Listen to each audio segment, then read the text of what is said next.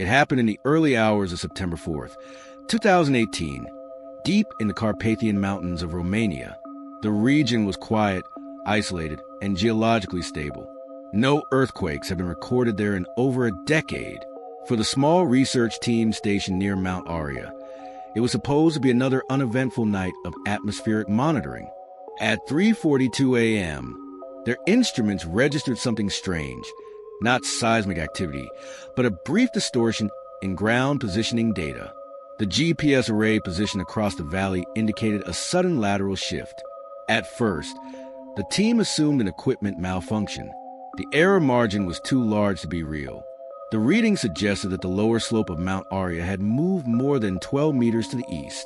When dawn broke, two researchers hiked toward the flag coordinates, expecting to find evidence of a landslide or surface collapse. Instead, they found the slope completely intact. No cracked soil, no displaced rocks, no fallen trees. The terrain looked untouched, as if nothing at all had happened. But the instruments continued to insist otherwise. When they placed new reference markers and measured the distance again, the numbers were consistent. The slope had shifted, but the ground showed no signs of movement. Local authorities dismissed the event as a calibration issue until the researchers provided a second piece of evidence: a series of photographs taken every morning by an automated station facing the mountain. Comparing the image from the previous day to the one taken at sunrise after the anomaly, the team noticed something unsettling. The tree line wasn't in the same place. Not dramatically, just enough to be detectable when the images were overlaid. A long diagonal section of forest appeared to have slid horizontally across the mountain face. But the trees themselves remained upright. No bending, no tilting, no soil disturbance around their bases. It was as if the entire section had been lifted and repositioned perfectly, leaving no trace of movement. A geologist brought in to inspect the site proposed the unlikely idea of subsurface slippage. But ground-penetrating radar showed no cavities, fractures, or weak layers capable of carrying that much mass without visible deformation. The next night, the team monitored the mountain closely. At 2:17 a.m., their sensors detected another distortion. Smaller this time, only a few centimeters. But again, no seismic activity accompanied it. No vibration, no sound, nothing that would suggest natural geological movement. One researcher reported hearing a low hum shortly before the shift. It lasted only a few seconds and seemed to come from deep beneath the valley. None of the audio equipment caught it.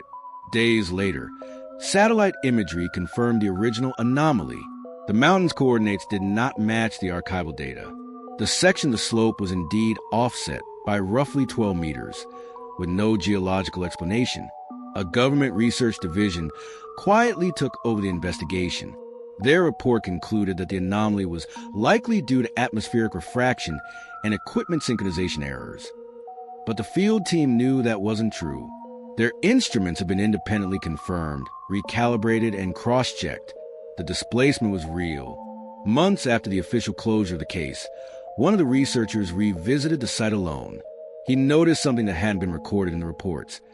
Several trees along the shifted line showed faint scarring on the bark, thin, perfectly straight marks running parallel to the direction of the displacement, as if something had brushed against them all at once. He also found a newly exposed patch of soil with no vegetation.